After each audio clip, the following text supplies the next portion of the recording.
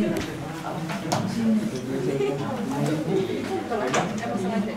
sengaja digelapin ya? Nyalain aja, nyalain aja.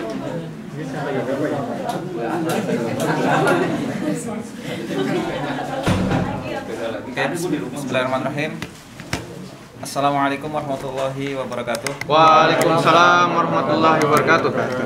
Pertama-tama kita panjatkan puji syukur kehadirat Allah Subhanahu wa taala. Kemudian yang kedua kita panjatkan salawat dan salam kepada junjungan kita Nabi Muhammad SAW. Kemudian yang ketiga kami ucapkan kepada Ustadz jazakallahu khairan katsir telah datang ke acara Midori.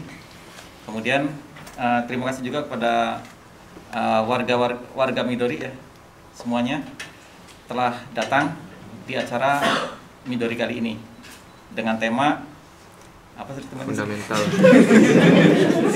Fundamental ilmu hadis dan aplikasinya dalam kehidupan sehari-hari. Iya. Inggrisnya Pak. Baik, mungkin kita ambil tema ini karena sesuai dengan background dari Ustadz sendiri. Setelah kami browsing melalui internet bahwa backgroundnya adalah ilmu hadis, makanya saya tetapkan ilmu hadis. Baik, saya akan mendeskripsikan sedikit mungkin khusus untuk Ustadz ya. Jadi di Tokoda ini ada perhimpunan kajian muslimnya dengan nama Midori. Nah, Midori ini sudah berjalan sekian tahun dari mulai senpai kita, kemudian alhamdulillah sampai hari ini, dan saya di sini adalah sebagai ditunjuk sama dijerumuskan diamanahkan menjadi amir ya, karena mungkin kehidupan kita beda ya di Indonesia sama di Jepang sini, karena kalau di Indonesia kan kita bisa menemukan masjid di mana saja gitu, kita bisa mengikuti pengajian di mana saja. Sedangkan di sini kita untuk mengikuti kajian susah gitu. Untuk berangkat ke masjid mau sholat subuh kita nggak ada masjid di sini. Ya, jadi deskripsi sedikit, Midori ini adalah sebagai wadah perhimpunan mahasiswa muslim di Tokodai dengan kegiatan utamanya adalah melakukan kajian-kajian dan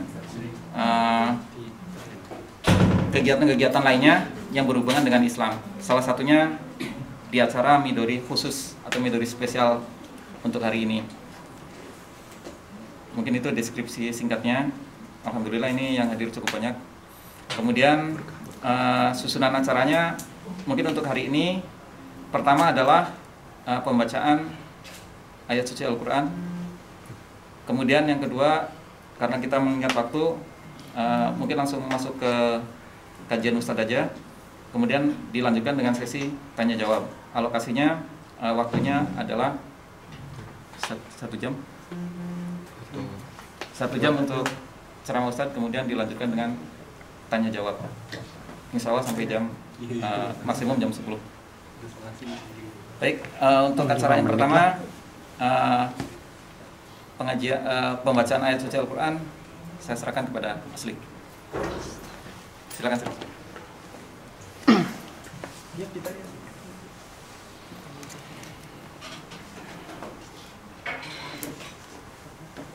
A'udzubillahi minasyaitonirrajim.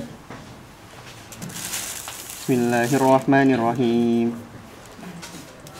يا أيها الناس اتقوا ربكم الذي خلقكم من نفس واحدة وخلق منها زوجها وبث منهما رجالا كثيرا ونساء واتقوا الله الذي تساءلون به والأرحام إن الله كان عليكم رقيبا وآتوا اليتامى أموالهم ولا تتبدلوا الخبيث بالطيب ولا تأكلوا أموالهم إلى أموالكم إنه كان حوبا كبيرا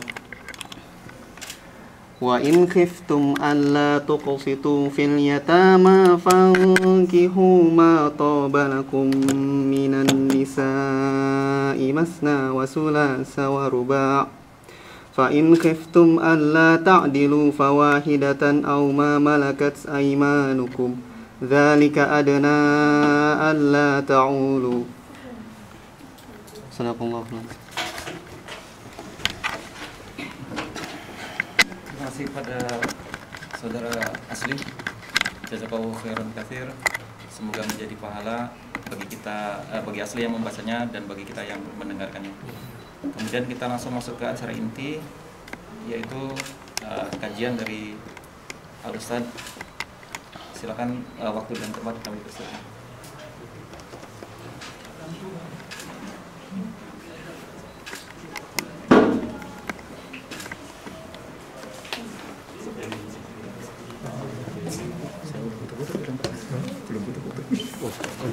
Kita mau pakai laptop.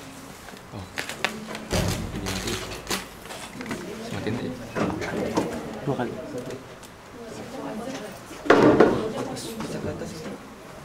Terang banget ya.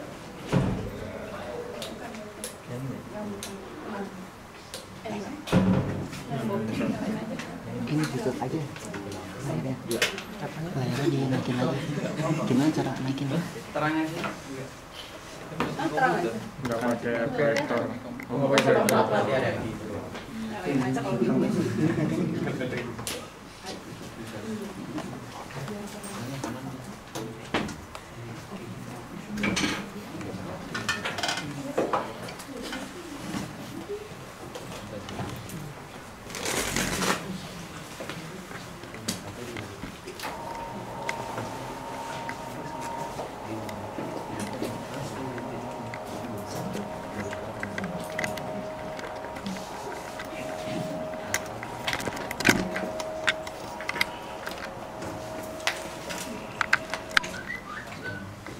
Assalamualaikum warahmatullahi wabarakatuh. Waalaikumsalam warahmatullahi wabarakatuh.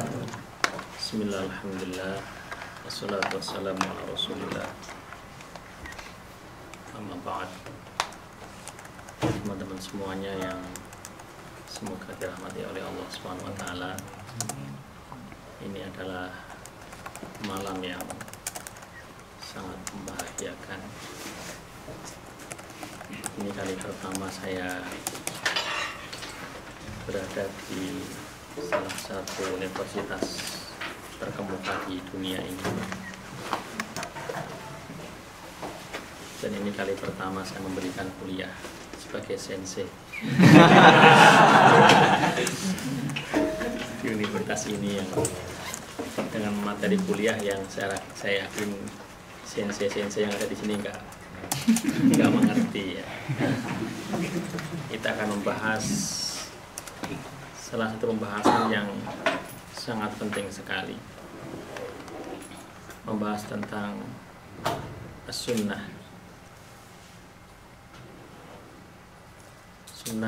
yang menjadi bagian dari muara ilmu pengetahuan, terutama bagi kaum muslimin, karena sunnah itu adalah sumber kedua setelah Al-Quran, dan sunnah juga penjelas Al-Quran. Misalnya kalau dalam Al-Quran Allah berfirman, aqimus sholah, dirikanlah sholat. Itu secara global. Maka tata cara sholat tidak akan ditemukan di dalam Al-Quran.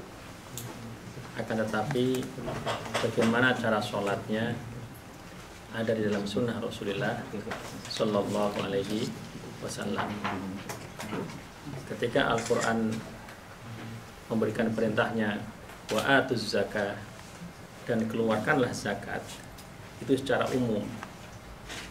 Maka bagian-bagian zakat apa saja yang harus dizakati, kapan zakat harus dikeluarkan itu secara detailnya tidak dijelaskan di dalam Al-Quran, akan tetapi dijelaskan dalam sunnah Rasulullah Sallallahu Alaihi Wasallam. Maka sebelum masuk ke detail kaifa nata'amal ma'a sunnah Rasulillah, bagaimana kita berinteraksi dengan sunnah Rasulullah Sallallahu Alaihi Wasallam, saya akan menjelaskan tentang definisi sunnah secara lughatan, secara bahasa, wastilahan, dan secara istilah. Nanti istilahnya juga dalam istilah menurut beberapa disiplin keilmu atau ulama. Pertama, istilah inda usuliyin,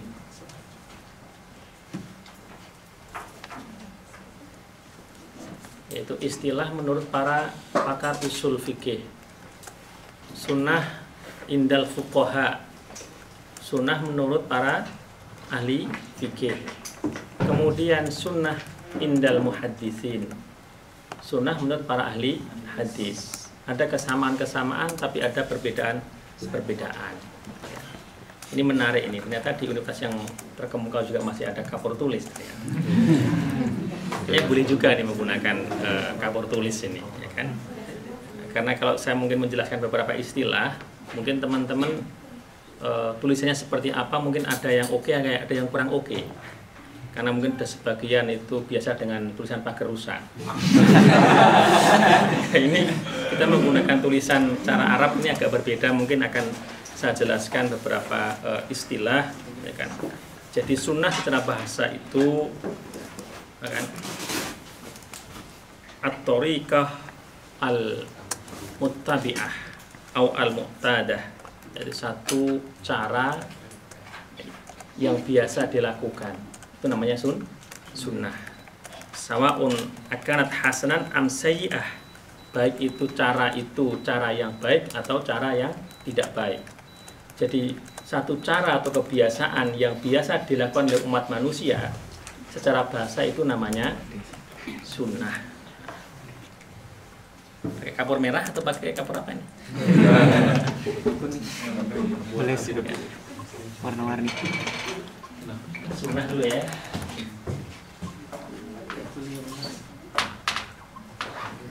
Sunnah ini lughatan.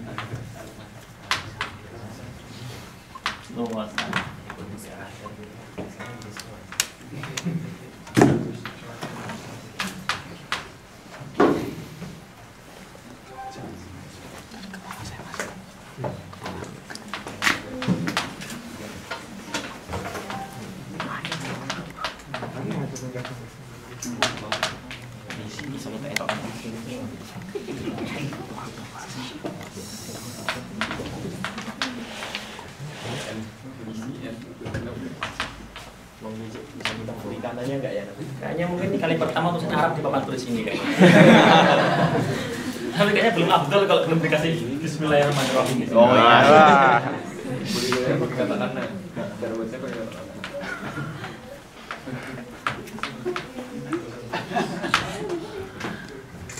Jadi di dalam batu kampus Institut Teknologi Tokyo sudah ada Bismillahirrahmanirrahim.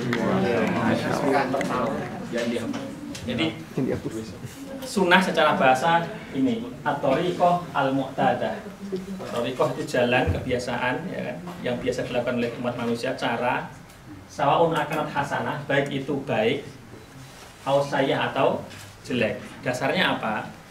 Rasulullah pernah bersabda, man sanna fil islami sunnatan hasanatan fa umila biha, ya, kutiba lahu misla ajri man amila biha wala yanqusu min ujurihim syai' wa man sanna fil islami sunnatan sayyi'atan fa umila biha ba'dahu kutiba alaihi misla wizra man amila biha wala yanqusu min auzarihim syai'. Siapa yang sana sunnatan, menciptakan satu kebiasaan fil islami, dalam Islam, sunnatan hasanatan, kebiasaan yang bagus, cara, ya kan, thoriqah itu juga cara ya, yang bagus, kemudian diamalkan. Kutiba biha, ya kan, kutiba lahu misla ajri man amila biha. Nanti setiap orang yang mengamalkan kebiasaan itu, yang bagus itu, yang tadi menciptakan kebiasaan itu akan mendapat pahala orang yang mengamalkannya tanpa mengurangi pahala orang yang mengamalkan. Ya. Misalnya suatu ketika nanti teman-teman bikin cara belajar yang sangat efektif, gitu kan? Dalam waktu kalau belajar bahasa Jepang dan pagar rusak itu perlu orang Jepang mengajarkan dalam waktu 1 tahun. Teman-teman ternyata meskipun orang dari Indonesia, orang asing bisa menciptakan belajar dalam 1 bulan sudah sama dengan 1 tahun. Nah, itu kan sana sunatan, hasanatan. Nanti kalau ada orang yang belajar itu baik itu akan dapat pahala. Sekarang ada teman saya di kelas saya di Kairo, namanya Ustadz Bobi Herwibowo. Dia menciptakan metode menghafal Al-Quran itu dengan gerakan-gerakan supaya nggak lupa. Kan tua-tua gerakan gitu kan. Jadi sambil bergerak, tangan, kaki sambil bergerak. Jadi kalau teringat sebuah ayat itu, ayat berikutnya gerakannya kemarin apa? Jadi cepat, ya kan? Itu akhirnya banyak ini yang sepuh-sepuh udah mulai mudah menghafalnya. Ya seperti itu kalau diamalkan, meskipun yang menciptakan pertama kali meninggal itu dapat pahala. Dan sebaliknya, kalau sana sunatan, hasanatan, dia menciptakan satu kebiasaan yang sayiatan, yang buruk, maka orang yang mengamalkan nanti dia dapat dosanya, dan orang yang tadi menciptakan juga dapat dosanya, seterusnya. Maka nanti misalnya kalau ada orang membunuh orang lain, orang yang dulu pertama kali melakukan kejahatan membunuh itu, jadi siapa?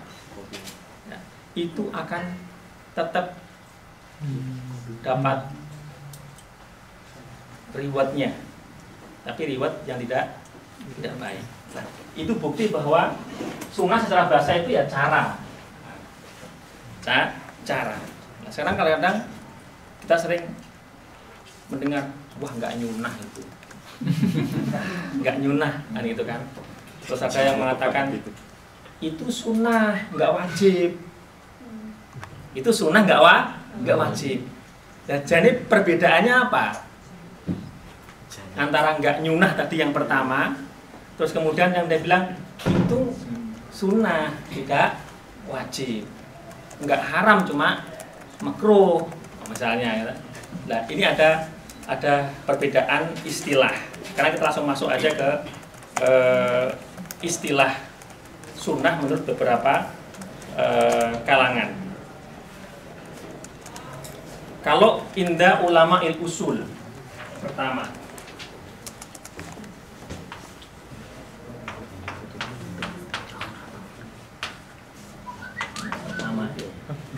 atau ini usuliyin, bisa baca kan? Ya kalau nggak bisa paling nggak udah pernah lihat dan nggak kaget lah nanti ya. Nggak kaget, ada tambahan ilmu indah ulama usul, indah usuliyin. Yang dimaksud itu adalah para pakar usul fikih, ya kan? Apa yang dimaksud dengan sunnah menurut mereka, ya kan? Yang dimaksud mereka adalah kalau orang bicara tentang sunnah, tapi menurut para ulama usul yang dimaksud adalah masdaron litashri talian lil kitabil aziz, sumber pengambilan hukum syariat setelah Al-Quran, itulah sunnah. Pengambilan hukum Islam menurut ulama-ulama usul itu yang pertama adalah sumber hukum Islam, ya kan? Kalau dalam bahasa Arabnya masdar, ya kan? Asyri, masdarut asyri, ya, sumber hukum Islam. Menurut usul yang pertama adalah Al-Quran, yang kedua As-Sunnah, yang ketiga al-ijma' atau ijma'ul ulama. Yang keempat adalah al-qiyas. Kalau ulama usul bilang as-sunnah, yang dimaksud adalah sunnah sebagai sumber pengambilan hukum Islam setelah Al-Quran. Maksudnya adalah maja'a anin Nabi sallallahu alaihi wasallam min qaulin au fi'lin au takririn.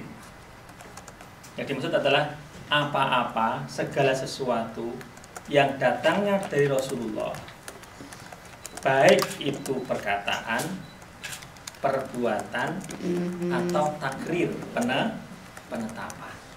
Itu menurut ulama usul. Yang itu semua menjadi sumber untuk memahami hukum Islam atau memahami ajaran agama Islam. Dah, itu dulu.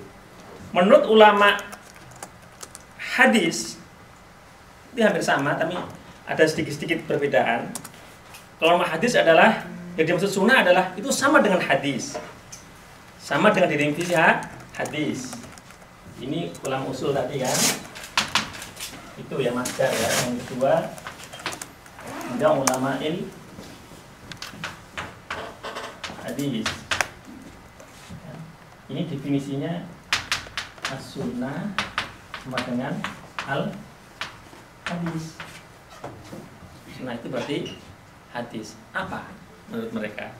Menurut mereka adalah ma'udifa ilan Nabi sallallahu alaihi wasallam min qaulin au fi'lin au takririn au sifatin au sirotin.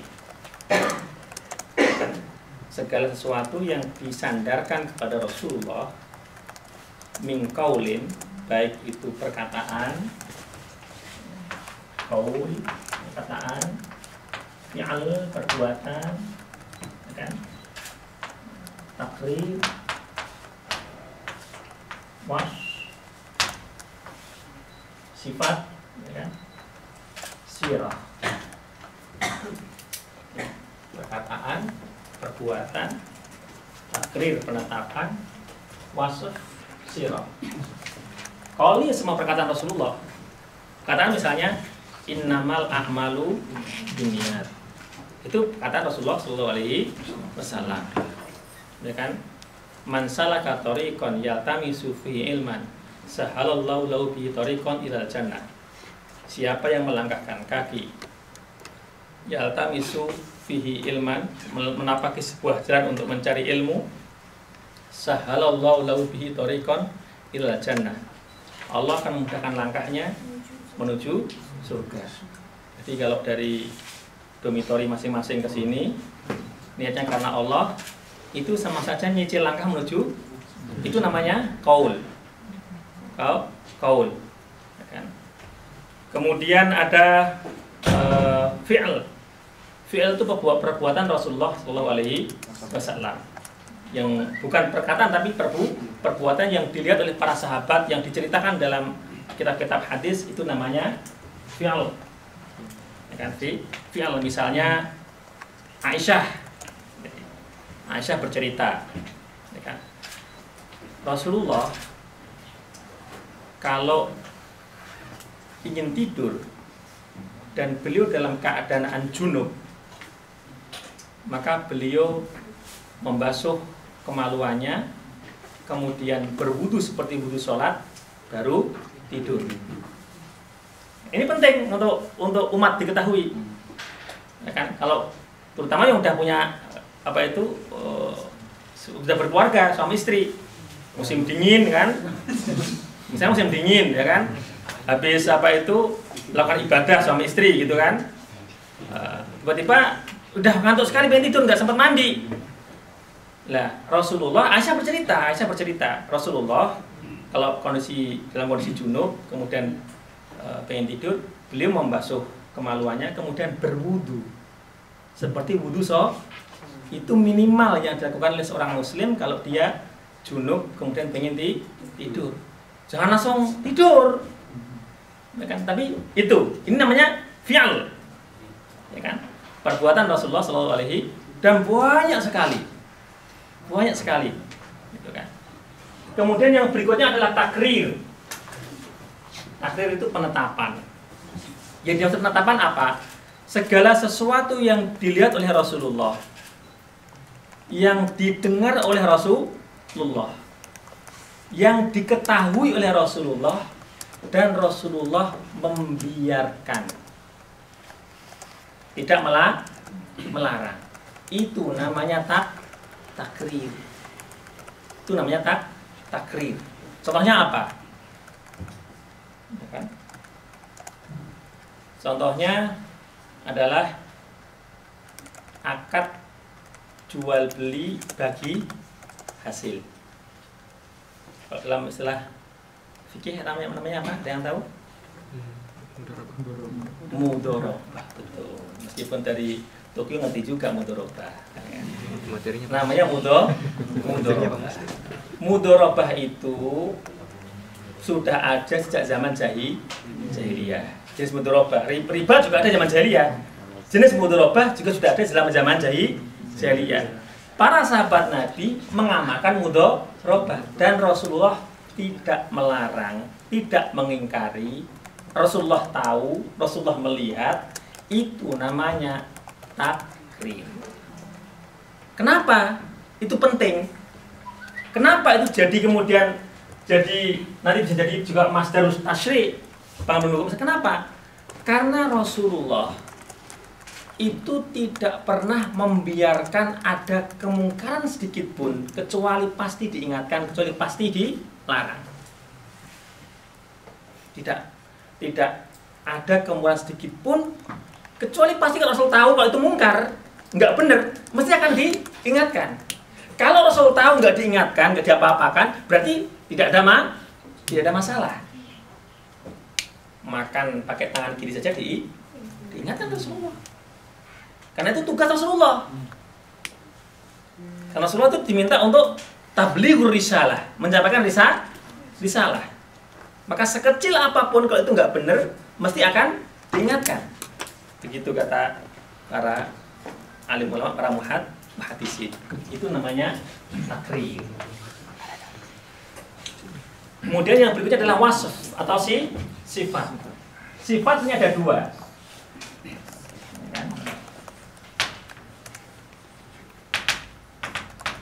Khilqiyah dan khuluqiyah. Sifat-sifat Rasulullah. Khilqiyah ini lebih kepada sifat fisik penciptaan Rasulullah. Sifat fisik, tubuhnya, bentuknya seperti apa. Itu sifat fisiknya Rasulullah itu adalah tidak terlalu tinggi yang jangkung, tapi juga tidak pendek, sangat proporsional. Itu Rasulullah Shallallahu Alaihi Wasallam. Rasulullah itu kulitnya tidak putih yang amlak, putih yang sangat putih gitu, tapi juga tidak legam, indah. Itu kulit Rasulullah. Rasulullah itu hidungnya begini, ya kan?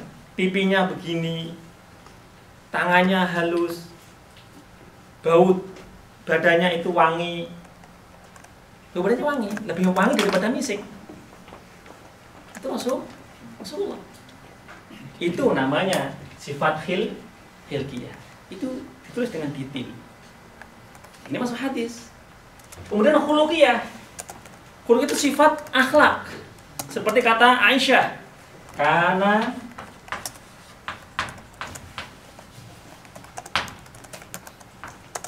khuluqul Qur'an. Karena khuluqul akhlaknya Rasul itu Al-Qur'an. Rasul itu lebih pemalu dari gadis yang dipingit. Itu sifat akhlak Rasul. Masa sifat lebih pemalu dari gadis yang dipingit. Rasulullah itu sangat dermawan. Diminta apa saja kalau beliau punya, dia nggak akan menolak, pasti akan diberikan. Itu Rasulullah. Rasulullah itu tidak pernah marah yang apa itu ya seperti orang-orang pada biasanya marahnya itu cukup dengan perubahan wajahnya. Orang itu tahu beliau marah.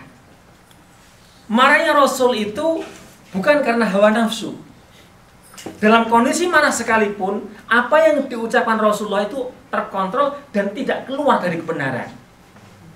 Nah, ini semua sifat khuluqiyah. Sampai dalam kondisi marah semarah apapun, yang keluar dari lisan Rasulullah itu adalah kebenaran. Contoh, suatu ketika ada perempuan dari kalangan Bani Mahzum. Bani Mahzum itu salah satu suku terkemuka dari kafir Quraisy. Orang jenderal suku-suku yang terkemuka dari kalangan Quraisy itu ada namanya Bani Mahzum, termasuk bangsawannya lah kira-kira begitu. Ada seorang perempuan dari Bani Mahzum yang dia mencuri. Mencuri udah 1 nisab. Berarti hukumannya jelas. As-sariqu was-sariqatu faqta'u aydiyahuma. Begitu kan? Laki-laki yang mencuri dan perempuan yang mencuri, maka potonglah kedua tangannya. Faqta'u aydiyahuma. Ya kan? Potong tangan. Udah ada 1 nisab. Tidak ada alasan apapun. Dia bukan dari orang miskin yang mencuri karena lapar juga. Enggak, dia orang yang kecukupan, dia mencuri. Ketahuan. Keluarganya itu menyadari bahwa hukumannya adalah potong tangan. Tapi keluarganya ini namanya orang suku terhormat kan, malu dong kalau ada di antara keluarganya itu dipotong tangannya. Mereka mencoba mencari cara supaya hukumannya diringankan, tidak potong tangan sebelum dihukum oleh Rasulullah. Di antara mereka usul, carilah orang yang dekat dengan Rasulullah supaya dia bisa bicara kepada Rasulullah. Kalau dia bicara kepada Rasulullah, mungkin kalau bicara adalah orang yang dekat dengan Rasulullah, Rasul akan mendengarkan permintaannya. Akhirnya dicari orang-orang yang kira-kira dekat dan bisa diajak bicara. Ketemulah Usamah bin Zaid. Zaid itu anak angkatnya Rasulullah. Berarti Usamah itu cucunya. Dan memang Rasulullah itu sangat sayang pada Usamah. Sangat sayang. Usamah masih remaja. Masih sangat polos. Bani Mahzum kemudian berbicara pada Usamah. Minta pada Usamah, tolong kalau disampaikan kepada Rasulullah agar perempuan ini tidak dipotong tangannya. Usamah aja apa adanya, dimintai tolong ya menurut aja. Disampaikanlah kepada Rasulullah Shallallahu Alaihi Wasallam. Rasulullah ada di masjid, disampaikan begini. Rasul langsung marah. Bukan marah pada Usamah, bukan. Marah pada umatnya. Marah pada Bani Mahzum. Rasul langsung naik ke mimbar. Langsung berkata dengan muka marah. Rasul mengatakan, "Lau anna Fatimata binti Muhammadin saraqat laqata'tu yadaha."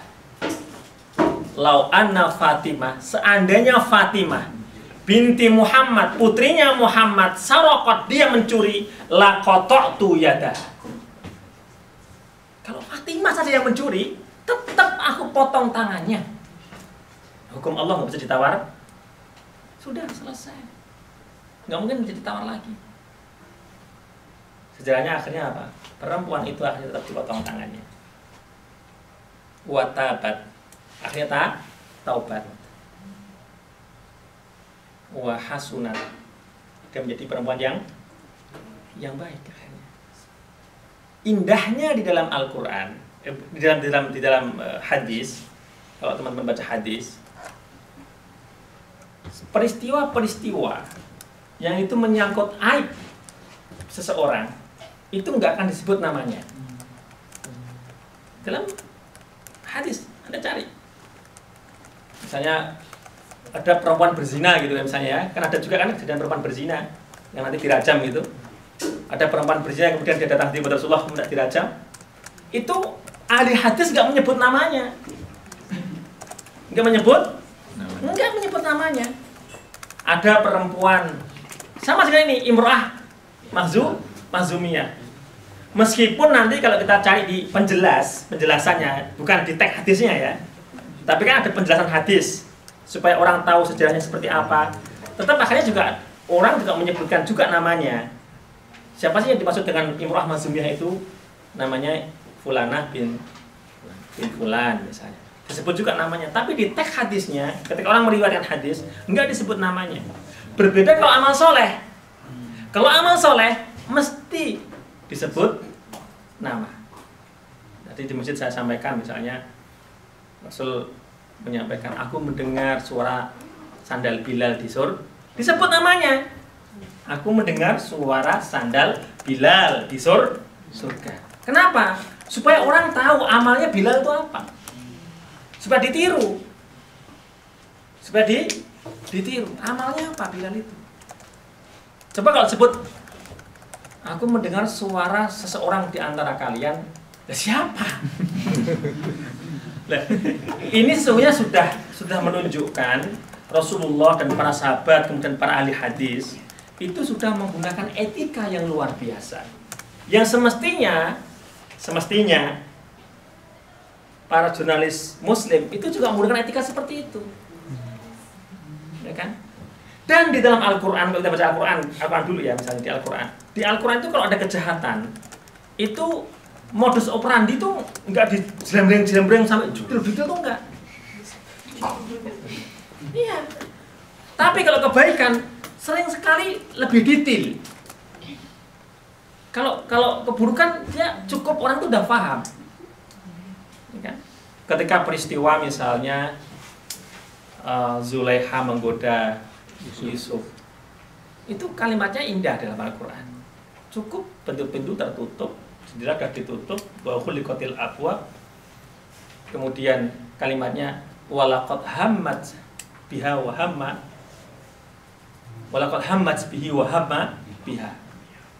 Dan Yusuf sangat menginginkan perempuan itu, sangat menginginkan dia Yusuf, ya kan? Dan Yusuf juga menginginkan ya saat ini tidak melihat burhan dari Allah. Begitu, menginginkan bahasanya. Ya kan? Enggak kemudian modus operandinya dijelaskan siang hari macam-macam, enggak. Ya kan? Ini semestinya menjadi etika para penulis, etika para jurnalis, juga para sastrawan misalnya kalau menggambarkan apa itu buat kerja para pembuat film misalnya. Maka suatu ketika saya dialog sama Khairul Umam dulu ketika bicara tentang film Islami. Film Islami itu tetap permasalahan mungkin boleh nggak Islami. Namanya masalah kan? Maksud masalah Islami nggak masalah dong. Masalah itu bisa datang dari apa saja kan permasalahan kan? Permasalahan boleh bermacam-macam masalah, tapi solusi harus Islami. Dalam film itu solusinya harus Islami. Solusinya pasti harus Islami. Cara menyuguhkannya juga harus Islami. Endingnya itu juga harus Islami. Kemudian nanti bekas yang didapat oleh penonton setelah nonton film itu juga harus Islami. Itu film Islami. Jadi film Islami itu bukan misalnya, mohon maaf, tidak sekedar cuma tema besarnya tobat gitu ya. Tobat itu namanya Islami. Nah, kan bagaimana menggarap film itu kan? Kalau sebuah film 95%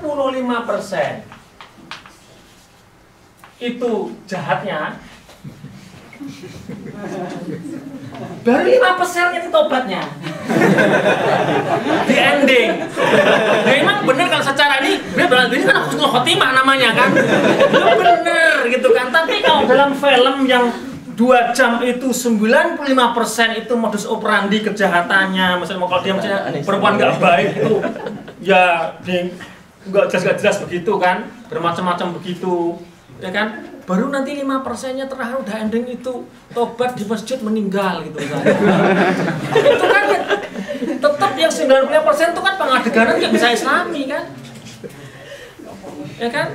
Terus kemudian yang menempel di sini apa 5% kira-kira? Ya enggak, yang 95% itu yang akan nempel di sini terus. Bukan begitu. Seharusnya Kalau tobat begitu misalnya, ya 5% dibalik. Nah, cukup tahu kok yang namanya kejahatan begitu-begitu. Baru 90% itu proses tobatnya itu 95%. Proses untuk tobatnya 95%.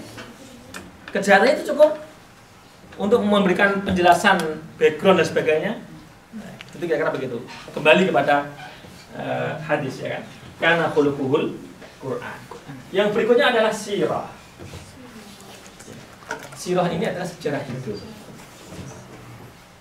Yang dimaksud di sini adalah segala sesuatu tentang Rasulullah yang tidak tercover oleh qaul, perkataan, tidak tercover oleh perbuatan, tidak tercover oleh takrir, tidak tercover oleh wasf. Tetapi penting untuk diketahui oleh umat Rasulullah Shallallahu Alaihi Wasallam. Itu namanya sirah. Misalnya, bagaimana Rasulullah itu lahir? Kan Rasul juga belum nabi saat itu. Ya enggak? Yang ceritain siapa? Yang menceritakan kelahiran Rasul kan juga ya pamannya, ya orang-orang di zaman itu. Tapi itu penting. Siapa ayahnya? Kemudian umur sekian tahun beliau ngapain? Ada perang Fujar, ada ini, ada itu. Yang itu terkait dengan keseluruhan sahsiah Rasulullah Shallallahu Alaihi Wasallam yang tidak tercover oleh perkataan beliau, perbuatan beliau, takdir beliau atau wasaf.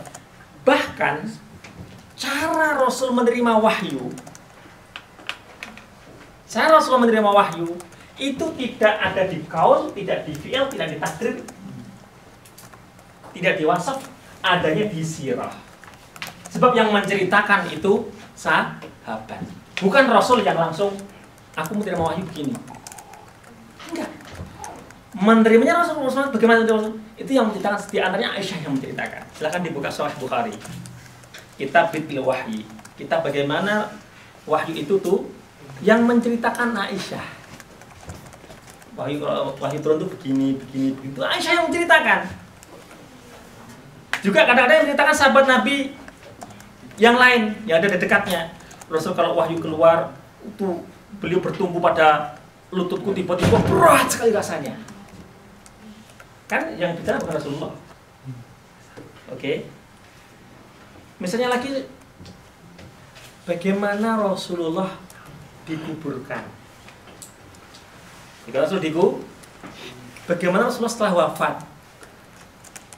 Bagaimana dikuburkan? Itu juga maksudnya sirah Rasulullah Shallallahu Alaihi Wasallam. Ini semua yang disebut dengan sunnah atau hadis inda ulama'il hadis. Dan takdir di sini ya. Sekarang sudah, hadis sudah. Yang ketiga, ini kan? Indal fuqaha. Menurut ahli fikih. Kalau orang mendengar sunnah, tapi itu menurut ulama fikih, ini bukan ini dan bukan ini. Yang dimaksud sunnah kalau ulama fikih adalah segala perbuatan yang kalau dikerjakan mendapat pahala, kalau tidak dikerjakan tidak apa-apa. Itu namanya sunnah. Itu nanti deretannya ada namanya wajib.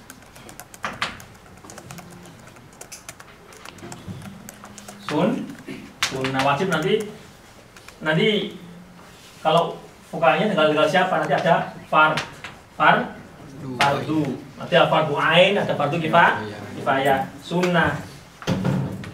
Di sini kemudian ada makruh, ada haram, sini ada mubah. Oke. Wajib ini kalau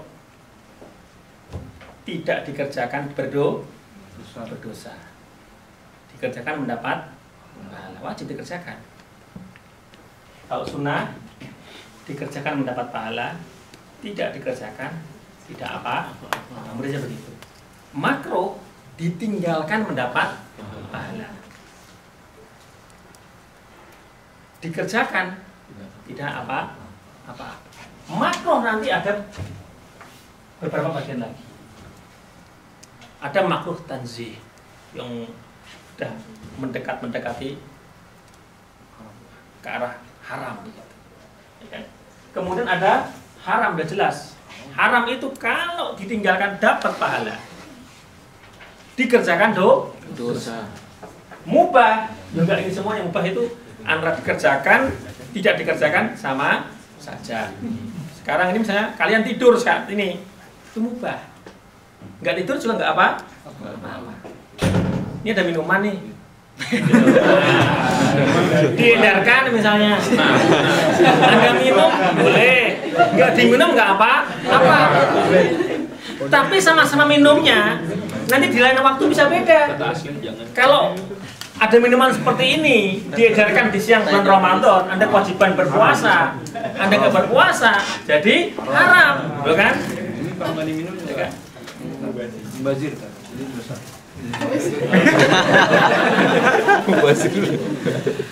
Kalau ada tambahan-tambahan yang lain keterangannya, misalnya minuman ini sudah habis menyisihkan uang beasiswa, iuran ya kan? Kalau nggak diminum mubadir lah, ini sunnah ini. Sunnah ya kan? Ini maksudnya apa itu kalimat sunnah menurut fuqaha.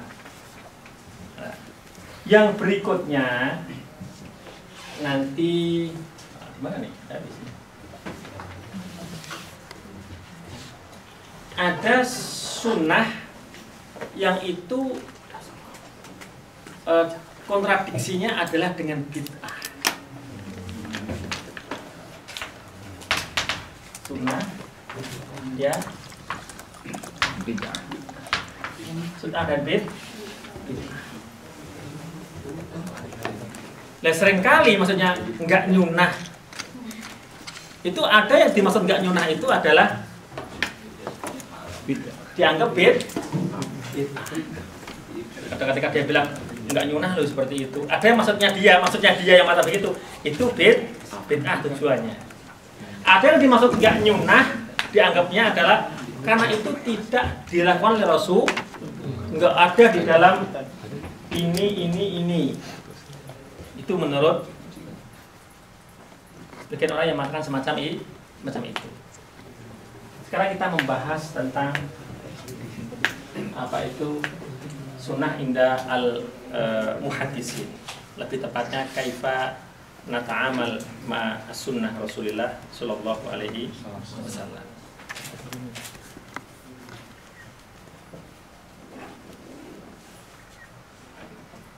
Pertama adalah hubungan sunnah dengan Al-Quran.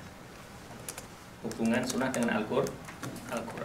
Hubungan yang pertama adalah sunnah itu menjadi tibyan bagi Al-Quran, penjelas bagi Al-Quran. Posisinya adalah penjelas Al-Quran. Ketika Aisyah mengatakan kana khuluqul Quran, akhlaknya Rasulullah adalah Al-Quran. Ini maksudnya bahwa semua